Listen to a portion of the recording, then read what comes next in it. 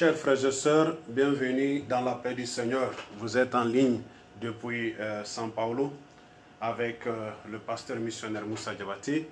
Vous êtes en ligne sur le moment du culte missionnaire en langue française. Ok? Vous êtes connectés depuis là pour un moment de méditation et de louange à notre Dieu. Voilà pourquoi nous allons prier, vous qui nous accompagnez, et nous allons louer le Seigneur. Et avant de cela, nous allons prier notre Dieu pour ces moments de dévotion et ces moments de méditation à sa parole. Et nous allons prier et confier ces moments à notre Seigneur, notre Dieu. Seigneur, notre Dieu, nous te remercions pour ces moments, que ta grâce soit sur nous, élimine nos pensées, mais aussi, Seigneur, nous donne la grâce, l'entendement qui vient de toi, pour connaître ta volonté qui est bon, agréable et parfaite. Amen. Donc, mes frères et sœurs, nous allons louer le Seigneur avec un chant qui dit chanter à l'Éternel un chant nouveau. Amen. Nous allons louer le Seigneur avec ce chant qui nous dit chanter à l'Éternel, Dieu Tout-Puissant. Amen. Nous allons chanter à l'Éternel. Le chant, le cantique chanté à l'Éternel.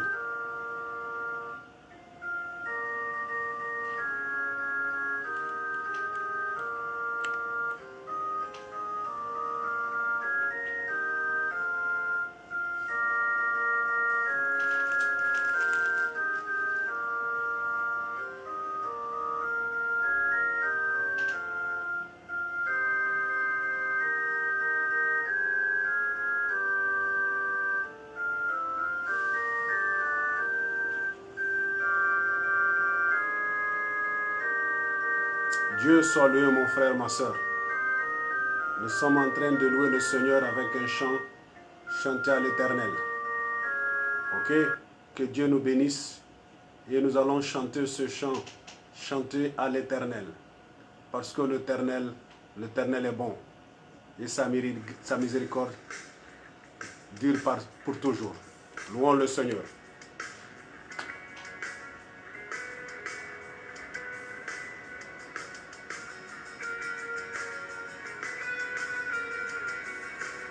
Chante à l'Éternel, mon frère, ma soeur. Le Seigneur est bon et sa miséricorde dure pour toujours.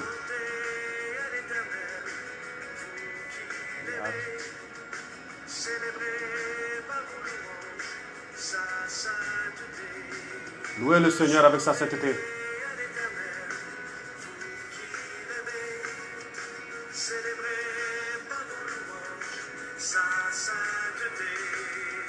Célébrez par sa louange, sa sainteté.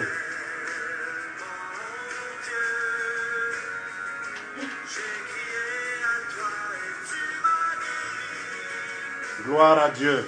Chantons à l'Éternel.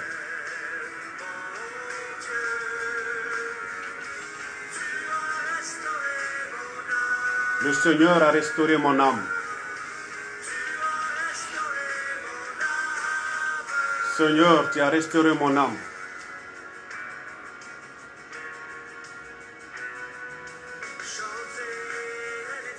Chantez à l'Éternel. Vous qui l'aimez, célébrez par vos louanges sa sainteté. Chantez à l'Éternel. Vous qui aimez l'Éternel, sa sainteté.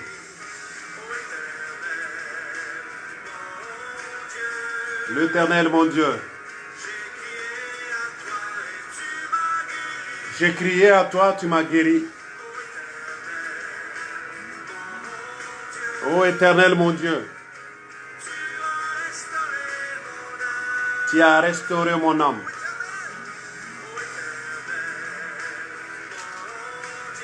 Ô Éternel, mon Dieu, j'ai crié à toi et tu m'as guéri.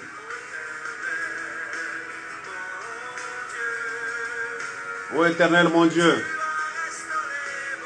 tu as restauré mon âme. Tu as restauré mon âme. Et le Seigneur veut restaurer ton âme ce soir.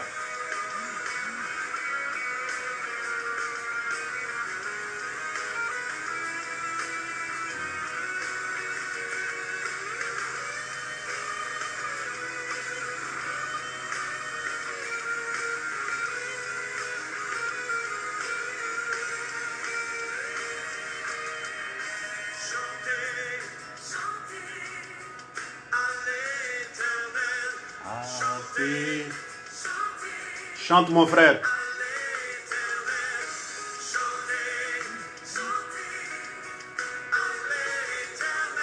Chanteux à l'Éternel.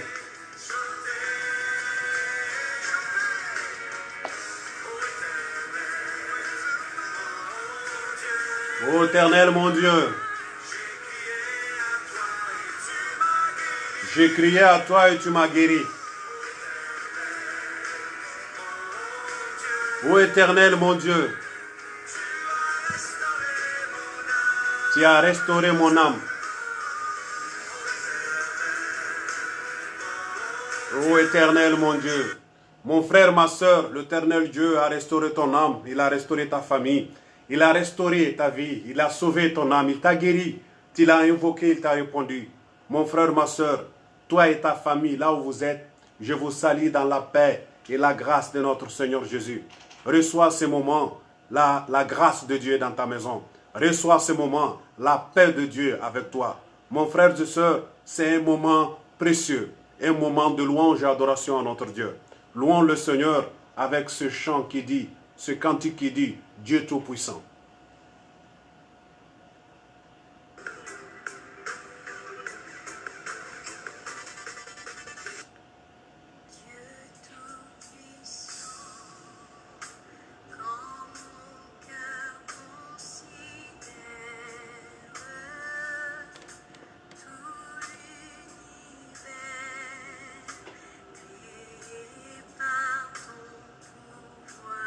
Gloire à ton nom.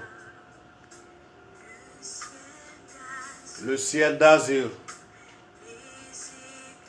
les éclairs, le tonnerre, le clair matin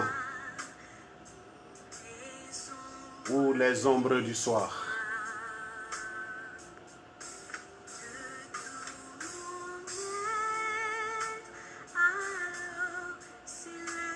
Que de tout ton œuvre se lève un chant.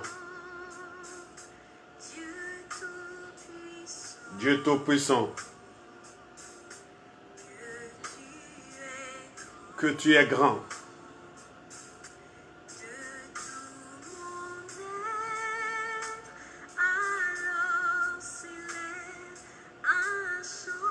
Un chant. Dieu Tout-Puissant, que tu es grand.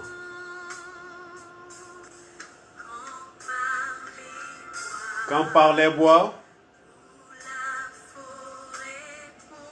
ou la forêt profonde,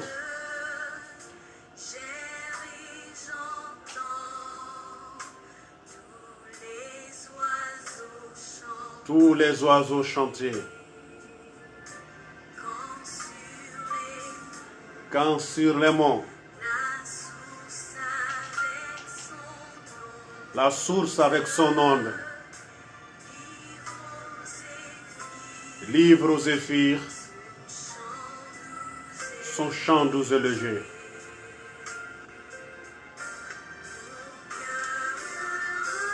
Mon cœur heureux se crie à chaque instant.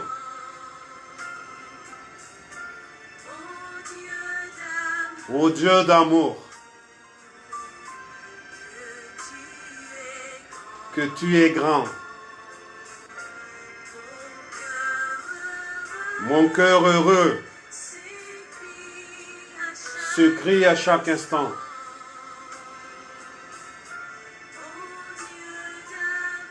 Ô Dieu d'amour, que tu es grand.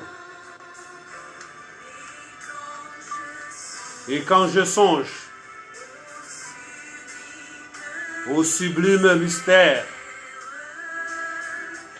un Dieu si grand a pu penser à moi, que son cher Fils est devenu mon frère, et que je suis le riche du grand roi.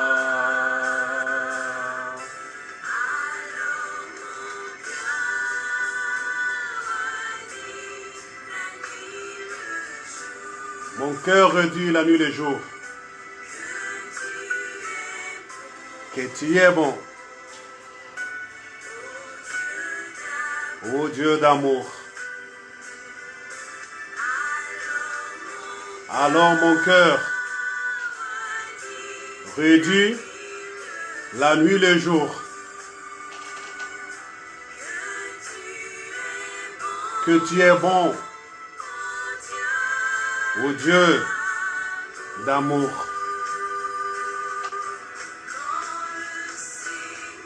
Quand le Seigneur, éclatant de lumière, se le reverra de son trône éternel.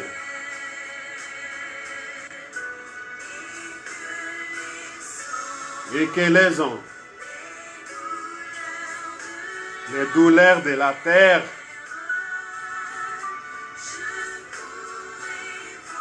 je pourrais voir les splendeurs de son ciel. Je redirai dans son divin séjour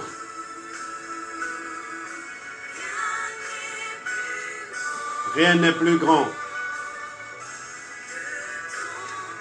que ton amour.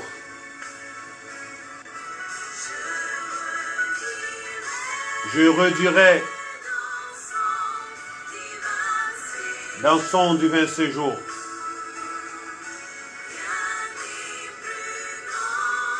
rien n'est plus grand que ton amour. Amen. Gloire à Dieu, gloire à Dieu. Rien n'est plus grand, Seigneur, que ton amour, Seigneur. Gloire à Dieu. Mon frère et sœur, Dieu est bon, Dieu est merveilleux. Et rien n'est plus grand que son amour. Et toi, mon frère, ma sœur, qui es chez toi, c'est le moment de reconnaître que Dieu est bon et que Dieu est tout-puissant. Et à lui, nous devons notre louange et notre adoration. Nous passons un moment où nous avons besoin de Dieu. Nous avons besoin de sa présence. Et encore, nous allons chanter notre dernier cantique qui dit « Il est bon de louer le Seigneur » avec notre sœur Dorcas Kaja. Louons le Seigneur, mon frère, ma sœur.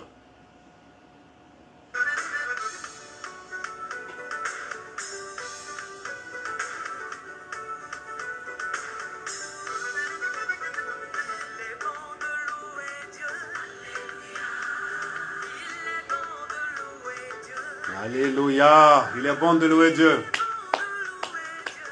Alléluia, alléluia, alléluia.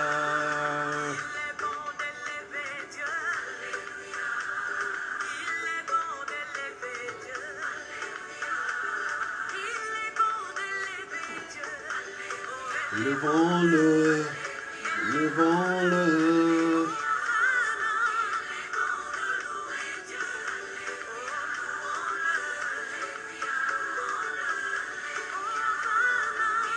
Bon de louer Dieu, louons-le, louons-le. La tempête s'enlèvera. Quand le vent soufflera, mon frère, tu n'as pas besoin de paniquer, oh mon frère. Tu as un Dieu. Invoque-le, mon frère, ma soeur. Tu n'as pas besoin de paniquer. Ton Dieu est là. Invoque-le. Hosanna.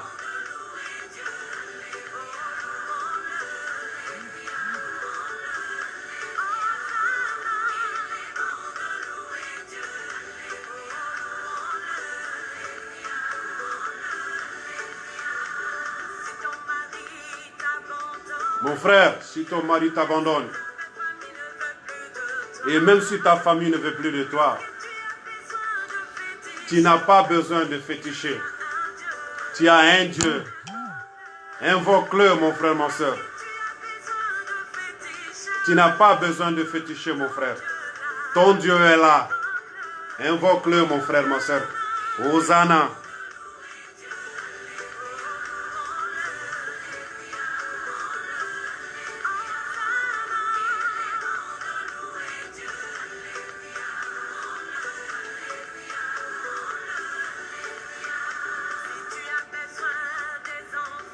Tu as besoin des enfants. À 90 ans, Sarah a enfanté. Tu n'as pas besoin de t'inquiéter. Tu as un Dieu. Invoque-le. Tu n'as pas besoin de t'inquiéter. Ton Dieu est là. Invoque-le. Hosanna.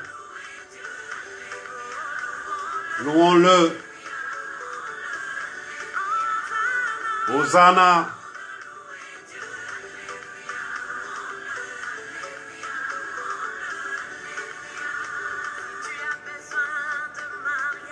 Si tu as besoin de mariage, même si l'âge est avancé, est-ce que tu as besoin de t'inquiéter? Tu as un Dieu, invoque-le. Et tu as besoin de paniquer, oh, ton Dieu est là, invoque-le. Hosanna.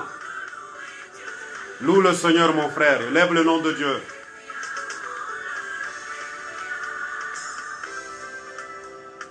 Gloire à son nom, Seigneur. Pai Smirmon. Alléluia.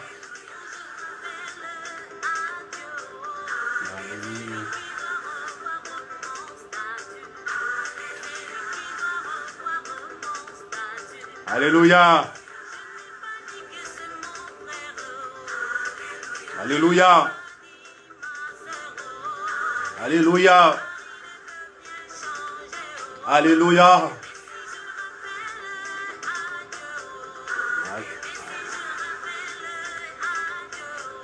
Alléluia. Alléluia. Alléluia. Alléluia. Après 3 jours dans le tombeau, il a ressuscité aussi celui de Lazare. Après 3 jours dans le tombeau, il a vu celui de Sarah. Après Sarah dans la stérilité, elle a eu Isaac.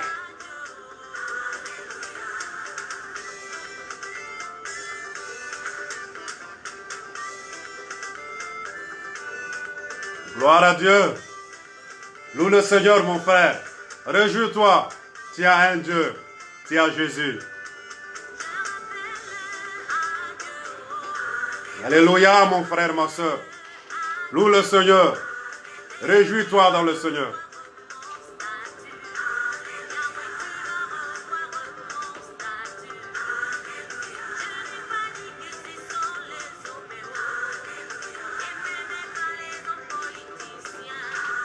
Gloire à Dieu.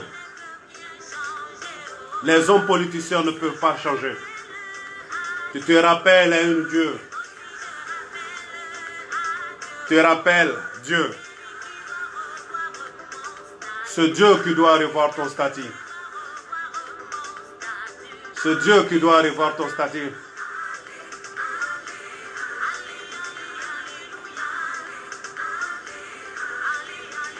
Alléluia. Chante Alléluia.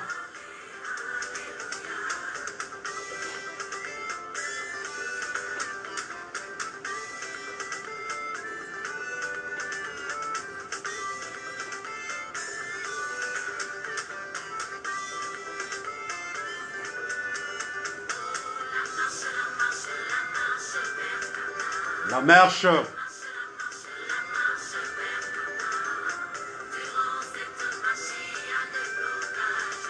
Dans la marche en Christ, il y a des blaches. Il y a des persécutions dans la marche avec Dieu.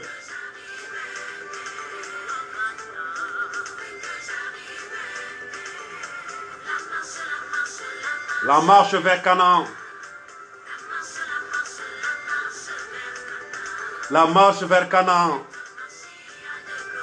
Devant cette marche vers Canaan, il y a des blocages. Dans cette marche vers Canaan, il y a des persécutions. Mais nous allons arriver à Canaan. Il faut que j'arrive à Canaan, la terre promise. Louons le Seigneur, car il est bon. Nous sommes en route vers Canaan, la terre promise. Nous allons arriver à Canaan.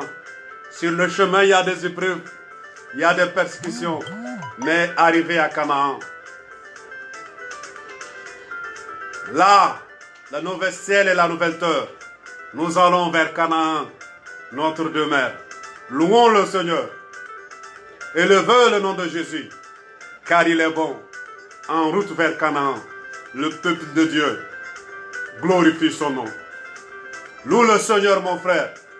Loue le Seigneur, ma soeur. Dans ta maison, là où tu es, ouvre ton cœur. Et Dieu a un message d'espérance, un message de renouveau. Le Seigneur a un bon message, une bonne parole pour toi. Tu dois partager cette vidéo. Toi qui nous accompagnes, tu dois partager ça sur tes réseaux sociaux, sur ton Facebook, parce qu'au travers de cela, Dieu peut toucher et le Seigneur aussi peut consoler une vie, une âme aujourd'hui par le message de l'Évangile. Soyez les bienvenus. Vous êtes en ligne sur le message de l'Évangile, sur le culte missionnaire depuis São Paulo avec le pasteur missionnaire Moussa Diabaté. Et d'ici le Brésil, je sers l'Église, le corps de Christ, surtout dans le monde francophone. Et en particulier, nous sommes ici en service, servir le Seigneur au niveau de la diaspora, au niveau des mouvements migratoires. Et aujourd'hui, c'est une bonne nouvelle pour nous de vous parler en français à tous ceux et celles qui nous accompagnent en langue et culture française. Mes frères et sœurs, aujourd'hui, nous allons méditer dans la carte de Paul aux Colossenses. Les gens qui nous ont accompagnés, nous sommes en train de faire une étude de la carte de Paul aux Colossenses. C'est une carte qui a 4 chapitres. Au niveau des 4 chapitres, nous allons méditer portion par portion certaines pensées où Paul a partagé avec l'église qui est à Colosse. Le contexte qui est très important, mon frère, ma soeur, c'est de savoir aussi que nous allons lire à partir du chapitre 2, on va lire du verset 20 au verset 23. Vous lisez avec moi. Paul écrit à l'église qui est à Colosse. Vous êtes morts avec Christ au rudiment du monde. Ok? Pourquoi, comme si vous viviez dans le monde, vous impose-t-on ce précepte? Ne prends pas, ne goûtez pas, ne touchez pas. Précepte que tous deviennent pernicieux par l'habit qui fut de son fondé que sur les ordonnances et les doctrines des hommes. 23. Ils ont à la vérité une apparence de sagesse en ce qu'ils indiquent un culte volontaire de l'homme, de l'humanité, et le mépris du corps, mais ils sont sans aucun mérite et contribuent à la sanctification, à la satisfaction de la chair, à la satisfaction de la chair. Mes frères et sœurs, encore une fois de plus, aujourd'hui, on va méditer sur l'église missionnaire. Ce qui se passe, cette église, elle est une communauté, parce qu'elle ne se retrouvait pas dans un temple, elle se retrouvait dans une maison. Comme aujourd'hui, dans beaucoup de pays du monde, à cause du fléau du coronavirus, beaucoup de temples sont fermés et les croyants se sont retrouvés confinés et au travers de cela, ils se retrouvent dans leur propre famille ou au travers des réseaux sociaux, ils sont alimentés, ils sont exhortés dans la foi. Mais dans le contexte ici de cette carte, le contexte est différent. L'apôtre Paul était en prison, il était à Rome condamné. Et de là, il écrit à l'église qui est à Colosse. Cette église qui est à Colosse est une église constituée en majeure partie de plusieurs communautés. Nous avons des Grecs et des Juifs. Et en son temps, cette église qui est à Colosse s'est sentie persécutée avec certaines idées philosophiques où on voulait les amener à des entendements humains. Voilà pourquoi Paul dit ne vous inquiétez pas, ne vous laissez pas tromper par personne. Ok? Ne vous demandez pas sur le boire, ce que je vais manger, ce que je vais boire. Ok? Ou ce que vous allez vestir. Ou sur les attitudes. Vous ne devez pas vous regarder sur des sagesses humaines qui mettent un accent sur le corps, sur l'humanité, la sagesse, la connaissance humaine. Parce que là, ce qui est important, il faut savoir que nous sommes dans un contexte où on a des pensées philosophiques, où on a les apôtres, mais aussi l'Église qui est en train, au travers des enseignements des apôtres, surtout des enseignements qui ont réussi, au travers de l'école missionnaire qui a été fondée à Éphèse par l'apôtre Paul, au travers desquels il a formé Épaphrate, qui est pasteur de cette Église, et la même pensée philosophique en train d'attaquer aussi l'Église. Et surtout, ils veulent qu'il tire le zèle de l'Église. Parce que quand Épaphrate a visité Paul en prison, il a dit que l'Église elle est ferme dans la doctrine. L'Église, elle est persévérante dans l'amour du Seigneur. L'Église, elle est consciente de son papier comme missionnaire. Et aujourd'hui, voilà pourquoi notre objectif, notre thème sur lequel nous allons développer aujourd'hui, c'est l'Église missionnaire, ok, et l'alliance qu'elle a avec le Seigneur. Mes frères et sœurs, l'Église missionnaire, elle a un pacte. Dieu a un pacte avec l'Église. Dieu avait une alliance avec l'Église. Comme nous l'avons lu au niveau du chapitre 2, du verset 8 au verset 15, et après on a continué tout le chapitre, les versets qui sont en avant qu'on avait lus. Nous avons lu que Jésus est la tête. Le Seigneur est la tête de l'Église. Le corps est l'Église. Et le Seigneur, la tête et le corps sont unis. Et le Seigneur est uni avec son Église. Et cela, c'est un fait. C'est un fait qui a lieu par l'œuvre de la croix. Au travers de la croix, l'Église a été payée. L'Église a été rachetée. La dette qui pesait sur l'Église, la condamnation qui était sur nous, le jugement qui était sur nous, la colère de Dieu qui était sur nous, a été tirée, le prix a été payé. Comme on l'a dit dans l'Ancien Testament, aussi dans le Nouveau Testament, le salaire du péché, c'est la mort. Mais la Bible nous dit que le don gratuit, c'est la vie éternelle en Jésus-Christ.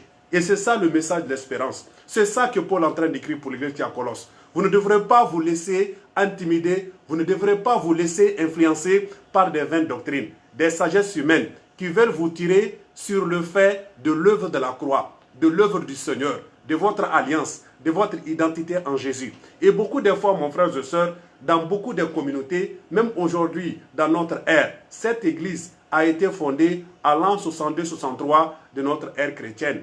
Et Paul a écrit cette carte au premier siècle de notre ère chrétienne. Et aujourd'hui, nous avons les mêmes pratiques. Vous voyez de partout, dans tous les ans, dans tous les continents, des personnes, des églises, des gens qui se mettent sur des fardeaux qui ne sont pas les fardeaux de leurs. Des gens qui mettent l'église, des chrétiens, des disciples, des personnes, les mettre sur des sagesses humaines, sur des entendements, des fausses doctrines, et cela devient un poids pour eux. On veut qu'on modèle les personnes à notre image. On veut que les gens marchent comme ce qu'on veut. On veut enseigner nos valeurs. On veut enseigner notre entendement de la foi aux gens. On n'amène pas les gens à une vraie connaissance à leur identité en Jésus. Des hommes sauvés, des hommes transformés, des hommes restaurés dans leur alliance avec Dieu par l'œuvre de la croix. Et c'est ça le message de l'espérance. C'est ça le message et le défi de l'église missionnaire aujourd'hui. Une église biblique, ce n'est pas toutes les églises. Voilà pourquoi on doit savoir de qui nous recevrons les enseignements, de qui nous recevrons des conseils. Quand quelqu'un vous donne des conseils, quand quelqu'un vous donne un enseignement, même si c'est des enseignements bibliques, il faut sonder ces enseignements-là. Il faut voir d'où est-ce que ces enseignements te lèvent. Quelle est la finalité, l'objectif de cet enseignement? Si l'enseignement que tu reçois de la Bible, du nom de Dieu, cet enseignement ne illumine pas l'homme, ne fasse pas l'homme pour que le Seigneur apparaisse, mon frère et soeur, tu es dans une idéologie, tu es dans des enseignements humains, tu es dans la sagesse humaine. Parce que qu'est-ce qui se passe? Au niveau de Colosse, il y avait une histoire. Il y avait les philosophes qui voulaient une foi mélangée. Ils veulent prendre la doctrine biblique qui est Christ, parce que la théologie de Paul, elle est christocentrique. Tout est en Christ. Christ est tout. Christ est tout. Il est notre sauveur, il est notre Seigneur, il est notre avocat, il est notre bon pasteur, il est tout pour nous. En lui, nous avons la vie éternelle. Il n'y a plus de condamnation pour nous, en Christ. Jésus a payé ma dette. Je n'ai plus de fardeau à prendre. Mes péchés avant, mes péchés présents, mes péchés futurs, tous ont été payés et le Seigneur Jésus a déjà payé le compte. Donc, je n'ai pas à me préoccuper de ça. Ça, c'est l'enseignement missionnaire. Ça, c'est l'enseignement biblique. Ça, c'est la théologie vraie. C'est l'enseignement que Paul est en train d'amener au niveau des Colossiens. Parce que qu'est-ce qui se passe? Les Colossiens sont en train d'être impressionnés par des enseignements. Les gens sont en train de les impressionner sur les aliments, leur alimentation. On ne doit pas manger ça. Sur le boire, il y a des choses que tu ne dois pas boire. Sur des attitudes externes, la circoncision, qui est une œuvre externe de la chair, de la main des hommes sur des hommes. Et l'apôtre Paul les a dit, écoutez, écoutez bien, la vraie circoncision que nous avons eue, notre pacte avec le Seigneur se fait à l'intérieur. Le Seigneur Jésus a restauré notre âme. Il a sauvé notre âme. Il a payé la dette qui nous condamnait, la dette que nous devons payer. La Bible nous dit que le salaire du péché, c'est la mort. Mais le don gratuit, c'est le Fils de Dieu, c'est le salut en Jésus-Christ. Et c'est là que nous devons savoir. Et l'apôtre Paul a écrit, il est très important, il a emphatisé au niveau du verset 20 jusqu'au verset 23 sur cette réalité nouvelle du chrétien dans sa nouvelle identité dans le Seigneur. C'est une identité pactale. À partir de la chute du jardin d'Éden, Dieu a restauré son Église. Dieu a restauré l'humanité. Dieu a redémis. Au travers de l'œuvre de la croix, Jésus pouvait dire que tout est accompli. Tout a été accompli. Dans tout accompli, il y a ma vie, il y a ta vie, il y a ta famille, il y a ton passé, il y a mon présent, il y a ton futur. Une chose qui est très importante aussi, c'est après la mort de la croix, après la mort du Seigneur sur la croix, on a vu que dans le temple, il y a le lieu saint et le lieu très saint. Il y a des voiles, un rideau qui séparait les deux endroits. Et nous avons vu, après la mort de Jésus, littéralement, le voile est déchiré. Ça, c'est un signe de quoi? C'est un signe de la nouvelle alliance. Avant, il y avait une séparation. Maintenant, il n'y a plus de séparation. Et la Bible, l'enseignement biblique théologique nous dit qu'aujourd'hui, on n'a pas besoin d'un intermédiaire. Avant, il y avait des intermédiaires. Comme au niveau de l'église de Colosse, les communautés, les gens de Colosse étaient endoctrinés par des faux enseignements. Il y a des faux prophètes. Il y avait des agnostiques qui venaient enseigner des idées philosophiques. Ou dans leur enseignement, dans leur entendement, par exemple, il y a la philosophie de Platon, où c'est des Grecs. Et on sait que la philosophie est née en Grèce. Ils ont pris l'histoire, par exemple, du mythe de la caverne, où ils pensent que pour être roi, il faut être philosophe. Ou seulement le philosophe doit se transformer en roi. Parce que pour eux, la philosophie, c'est le chemin qui va amener l'homme à transcender le monde sensible pour le monde des idées. Et cet exercice-là, seulement, ce n'est pas donné à tout le monde. Seulement a été donné pour les philosophes. Ça, c'est les enseignements qu'ils ont. Mais aujourd'hui, ils mettent l'accent en son temps sur la connaissance et la matière. Et aujourd'hui, l'apôtre Paul les a dit, écoutez bien, il n'y a pas une connaissance, il n'y a pas une matière que vous avez besoin en plus du Seigneur Jésus. Le Seigneur Jésus est tout. Il est l'alpha et l'oméga. Il est le Seigneur hier, il est le Seigneur aujourd'hui, il est le Seigneur éternellement. Et l'apôtre Paul l'a dit, écoutez bien mes frères et sœurs, Jésus est le Verbe, celui qui a fait toutes choses. Et vous, le jour où vous avez été baptisé, vous êtes mort avec lui. Et quand vous êtes sorti des eaux du baptême, vous êtes ressuscité avec lui. Donc aujourd'hui, le Seigneur est assis à la droite de Dieu le Père, tout glorifié. Et je veux que vous compreniez cela. Votre espérance, elle n'est pas dans des pratiques humaines. Elle n'a pas dans des sagesses humaines. Elle ne se base pas sur la matière et non plus la connaissance philosophique. Elle ne se base pas surtout non plus sur vos propres œuvres. Parce qu'il y a beaucoup de gens qui pensent que même dans l'Église, qu'il a besoin d'œuvres pour comploter l'œuvre de la croix ou l'œuvre du Seigneur. C'est comme si l'œuvre du Seigneur Jésus à lui seul n'est pas suffisant. Il y a des gens qui ont besoin, avec des faux enseignements, des fausses doctrines, ils ont besoin des théologies libéralistes, humanistes, qui enseignent que l'homme a besoin de faire des actes, de faire des attitudes, de faire des pratiques pour pouvoir mériter le salut. Mon frère et soeur, Paul a dit aux Colossiens, et aujourd'hui il nous rappelle, nous n'avons pas besoin de cela. Parce que nous avons un lien pactial. On a une alliance qui a été scellée par le sang de Jésus. Le Seigneur a donné sa vie. Et la Bible nous dit, dans Jean 3, le verset 16, Dieu a tant aimé le monde qu'il a donné son Fils unique Jésus-Christ, afin que quiconque qui en lui croit ne périsse pas, mais qu'il ait la vie éternelle. Mon frère et soeur, ça c'est des promesses éternelles. C'est des propos de Dieu. Dieu ne ment pas. Ça c'est le message, le plus bon message d'espérance que l'humanité n'a jamais entendu. Et cette histoire, cette espérance a été vécue au durant des siècles. Non seulement au niveau de l'église de Colosse, et aujourd'hui dans le monde entier, en Amérique, en Europe, en Asie, en Océanie, en Afrique, des hommes et des cultures sont en train d'être transformés par ce message d'espérance. Et ces frères et sœurs, c'est ce message d'espérance que je t'amène aujourd'hui. Nous allons prier pour vous. On va prier ensemble. Je ne sais pas où est-ce que tu es. Je ne connais pas un peu ta situation dans laquelle tu es. Mais j'ai un message d'espérance aujourd'hui pour toi. Je vais te dire, mon frère, ma soeur, comme la sœur Dorcas l'a chanté dans « Il est bon de louer Dieu », j'ai un Seigneur, j'ai un Dieu. Nous sommes en train de marcher vers Canaan, mon frère et soeur. Nous ne sommes pas la vie éternelle. Il y a beaucoup des enseignements, il y a beaucoup de chrétiens qui pensent que ici nous sommes dans la vie éternelle.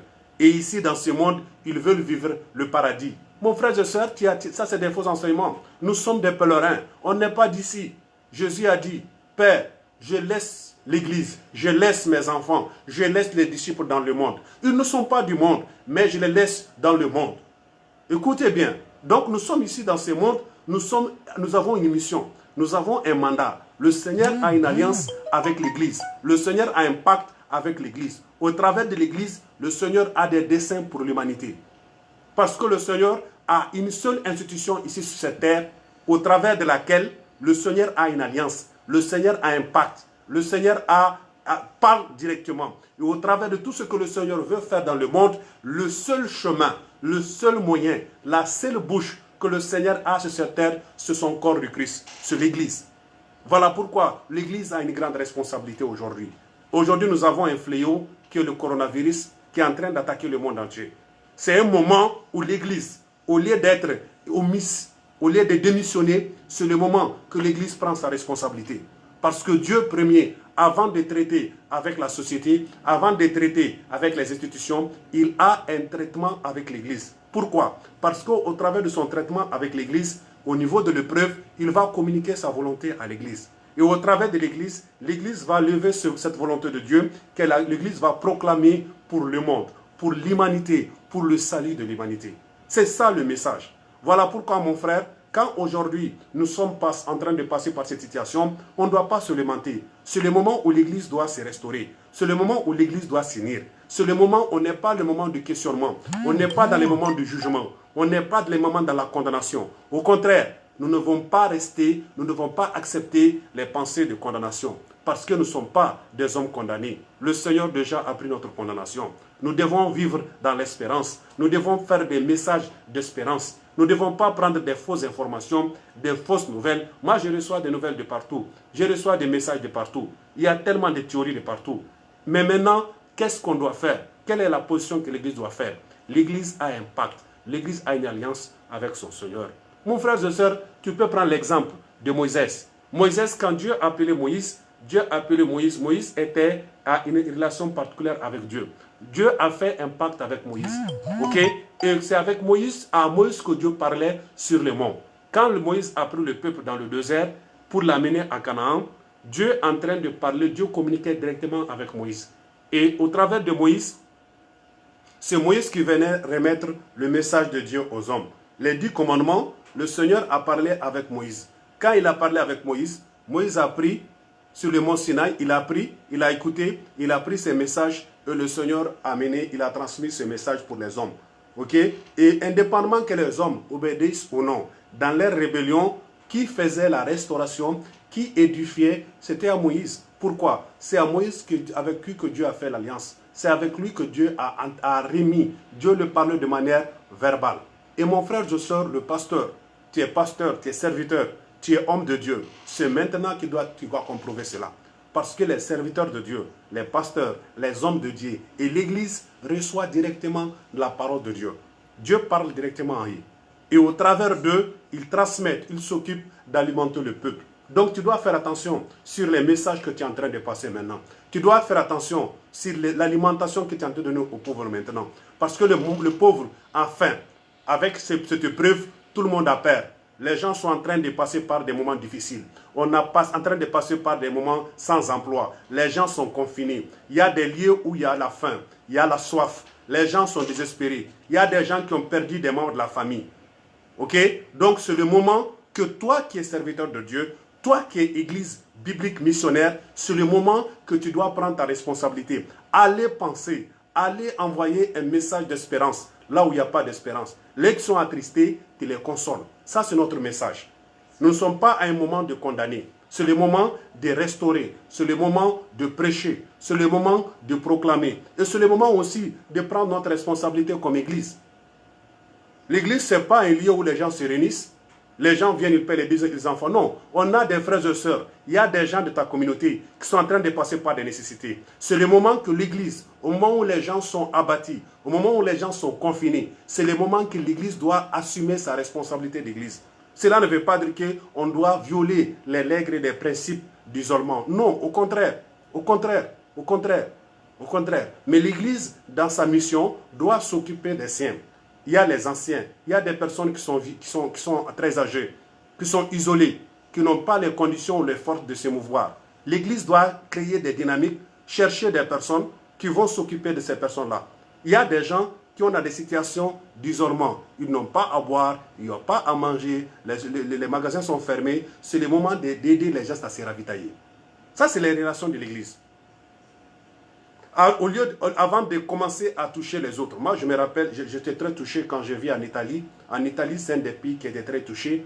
On a vu un mouvement chrétien, des églises chrétiennes, qui a fait, on a pris un hôpital mobile, des avions avec des hôpitaux mobiles, où tout le matériel est venu d'ailleurs, des églises. Une union, une association de chrétiens, ils ont pris beaucoup de maisons mobiles, des avions mobiles, des médecins, des médicaments pour aller aider la population d'Italie qui est en détresse. Ça, c'est la mission de l'Église. Ça aussi, c'est la mission de l'Église. On ne doit pas attendre seulement l'ONU, on ne doit pas attendre seulement le gouvernement pour faire. Il y a les associations qui font. Ça, c'est leur devoir. La garantie, la sécurité, la santé fait partie de la charge de l'État au travers de la constitution du pays. Dans la constitution du pays, une des responsabilités de l'État, c'est de s'occuper de la santé, de l'éducation et de l'habitat, de manger et de boire de la population. Mais ce qui est évident, que nos États n'ont pas toutes ces forces de faire cela. On a besoin que cela soit aussi touché au niveau des églises. Donc l'église ne doit pas être seulement ici consommiste, une église seulement qui reçoit, une église seulement qui est absente. Mais l'église doit répondre, indépendamment des situations. Elle doit répondre comme une église missionnaire, une église qui a un impact. Non seulement amener de manière matérielle, mais aussi se compromettre dans la prière. La prière a ses effets. La prière a ses effets. L'église doit prier. L'église doit son message. Si une église est respectée, si des gens sont respectés, si on prie, on va les écouter. Par exemple, ici au Brésil, nous avons notre président Bolsonaro, où partout tu vois, c'est des gens où les pasteurs sont respectés. Le président, on a prié pour lui. C'est des gens, il y a des conseillers. C'est l'église, on respecte les églises. Il y a même une loi qui allait être votée où on veut que les églises s'ouvrent. Parce qu'ils pensent que dans la lutte contre le coronavirus, les églises ont des papiers sociaux. Parce que imagine quelqu'un qui est désespéré. Le seul lieu où il peut avoir un console, c'est quand il entre par exemple au temple. Il arrive au temple, l'église vide. Même si c'est le temple, il s'assoit là-bas, il prie un peu, il est réconforté, il lit la Bible, il est réconforté dans la foi. Et ici, l'archevêque, le leader de l'église catholique, le père de l'église catholique, Monseigneur ici de São Paulo, aussi a dit la même chose, que les églises catholiques ne vont pas se fermer. Parce que quelqu'un qui veut prier, il rentre dans l'église catholique, il peut s'asseoir là-bas, il y a la Vierge Marie, il y a la statuette, il s'assoit, il médite, c'est sa foi. Il médite, il est réconforté. Donc l'église a ce message, a ce papier social de consolation, mais aussi de message d'espérance. On ne doit pas rester hors de cette vision, comme église missionnaire, mais aussi comme pacte et comme alliance. Ça, c'est très important. On ne doit pas tirer, on ne doit pas sortir de ces canaux. Mon frère et soeur, ça c'est le message aussi que l'apôtre Paul a fait pour l'église qui est à Colosse. Il a dit, écoutez, vous n'avez pas à vous réclamer. Vous devez persévérer dans la connaissance et dans la doctrine.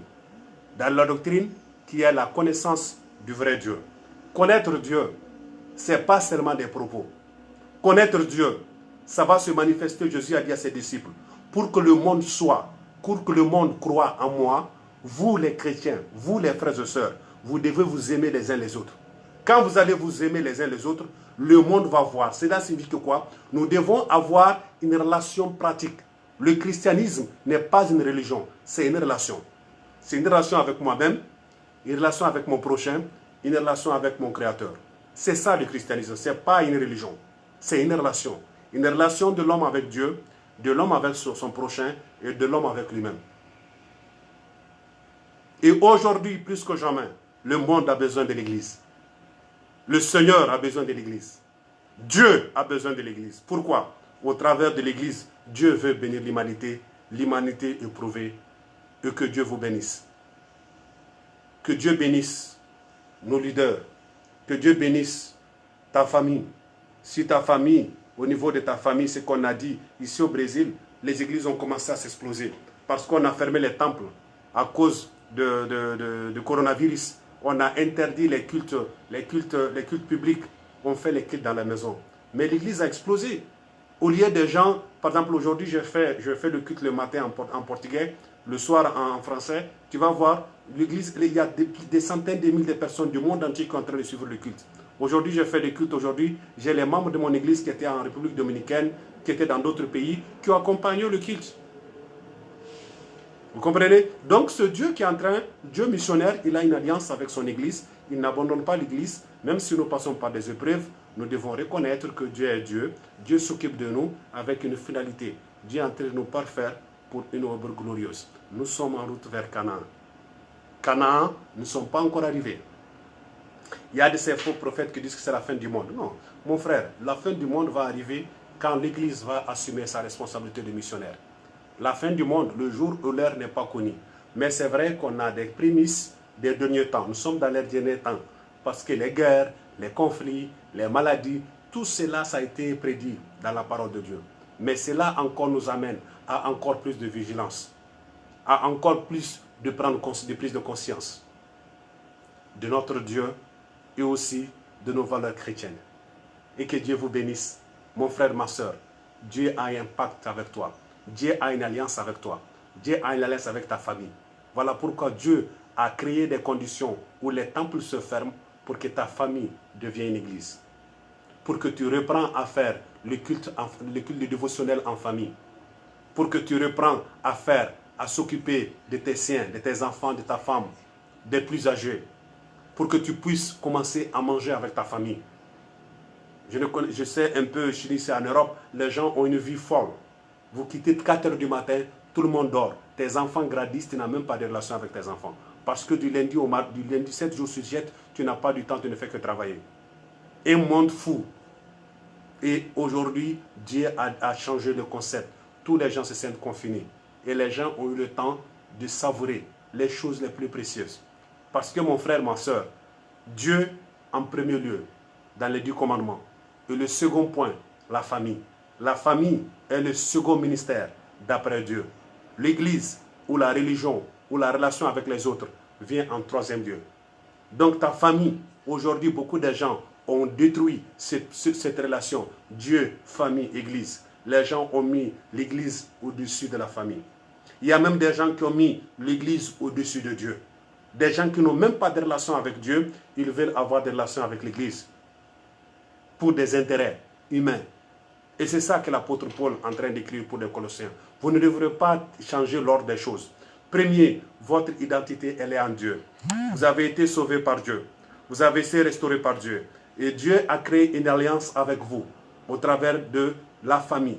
La famille, au travers de ta famille restaurée, ta famille va influencer les valeurs de l'Église. Au travers des valeurs de l'Église, Dieu va illuminer le monde. Et le monde va voir que nous sommes des enfants de Dieu. Et le monde va contempler notre Seigneur. Et ils vont venir au Seigneur. Amen. Que le Seigneur vous bénisse et que le Seigneur vous garde. Mon frère et sœurs, aujourd'hui nous allons prier pour un pays qui est l'Égypte. Ok? Chaque jour, on prie par un pays. Hier, on a prié pour le Mali.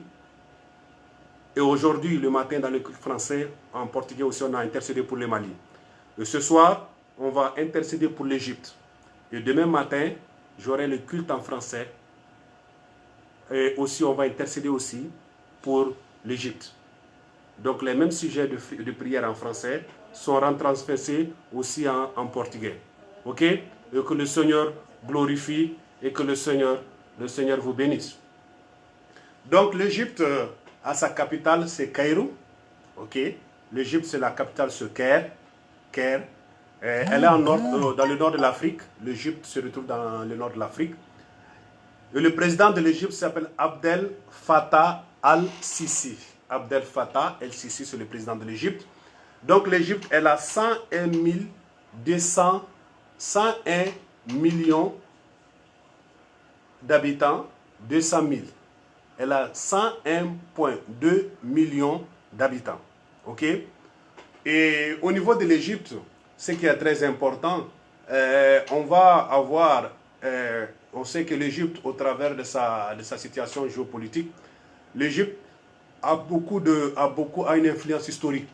C'est là, en Égypte, qu'est né. J'ai parlé un peu de Colosse, de Grèce, de la philosophie. Mais nous savons que beaucoup de ces philosophies, même Platon a été visité l'université d'Égypte qui est en Alexandrie. L'université d'Alexandrie, c'est une université historique. C'est des premières universités du monde où les connaissances humaines ont été vues. On a l'histoire des pharaons égyptiens. Donc c'est une histoire très glorieuse. Le monde, l'histoire en anthropologie, en histoire, en archéologie, en géographie, en architecture au niveau des pyramides, l'histoire, le monde et l'humanité s'est vu un peu englobé dans l'histoire et la connaissance de l'Égypte. Ok? Donc nous allons prier pour que Dieu dans sa grâce ait pitié de l'Égypte. Parce qu'avec toute cette gloire de connaissance, l'Égypte a passé par plusieurs phénomènes. On a la temporade au niveau du moment des conflits. Okay? On a beaucoup de conflits où on a eu beaucoup de mouvements. Et dans ces mouvements, il y a eu des violences. On a eu des séquestres. On a eu des violences. Il y a eu des assassinats. On a des Coptes. L'église copte qui a beaucoup souffert en Égypte.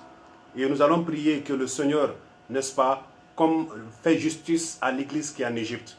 Et que la communauté chrétienne, indépendamment de la communauté aussi musulmane, indépendamment des cultures, que les gens, les citoyens en Égypte aient leurs droits garantis.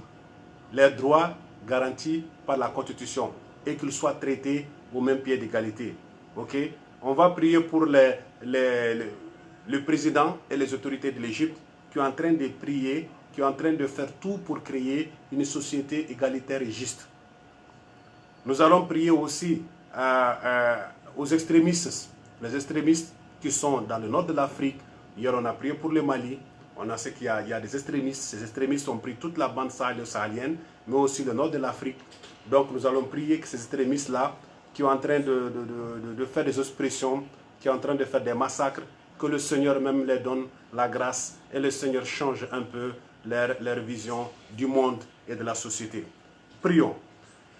Seigneur notre Dieu, nous te bénissons pour ces moments de prière. Nous te prions pour le président égyptien. Que Seigneur, ta grâce soit sur lui. Nous te prions pour le président égyptien Abdel Fattah el-Sisi.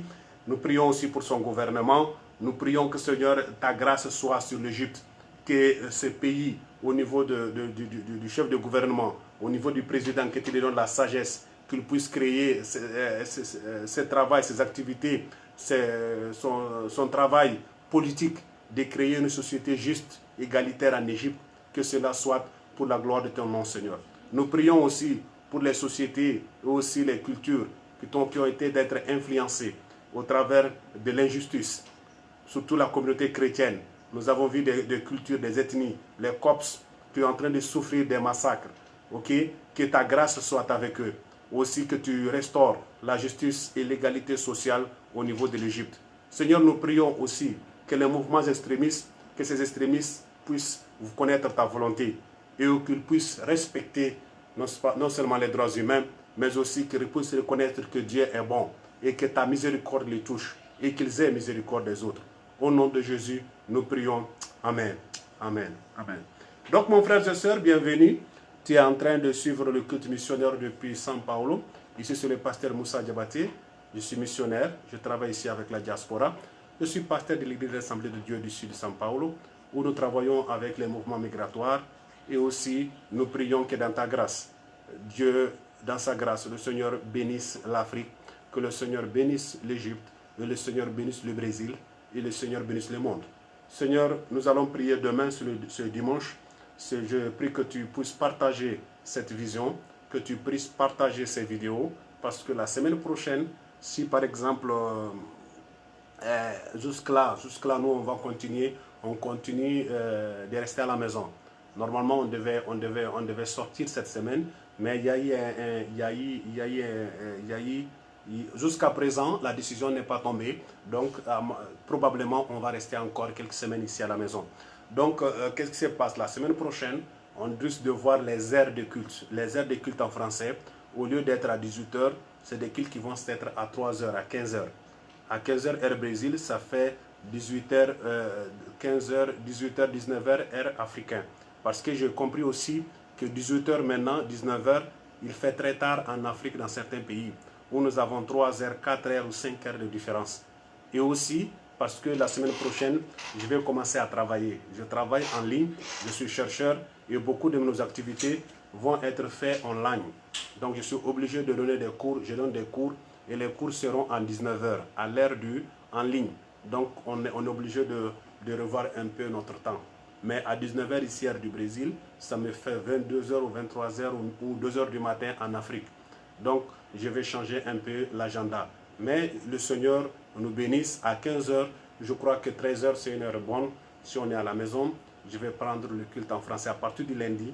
Si jusqu'au lundi, on n'a pas changé d'information sur la sortie ou la permanence à la maison, donc le lundi, le culte en français serait à 15h. Amen. Et donc aujourd'hui, nous allons nous arrêter ici. On va vous saluer dans le paix du Seigneur et que le Seigneur vous bénisse. Soyez rassurés que Dieu vous aime. Ok? Et nous aussi, nous vous aimons en Jésus. Et que la grâce de Dieu, que le Seigneur manifeste sa grâce sur vous. Que le Seigneur présente tout. Que le Seigneur ait miséricorde de moi et de toi et de sa famille. Que le Seigneur resplende son visage, sa face sur toi, sur ta famille, sur tes projets, sur ta nation, sur tes préoccupations. Et que le Seigneur ait miséricorde de toi, ait miséricorde de moi, ait miséricorde de nous tous, en particulier toute l'Église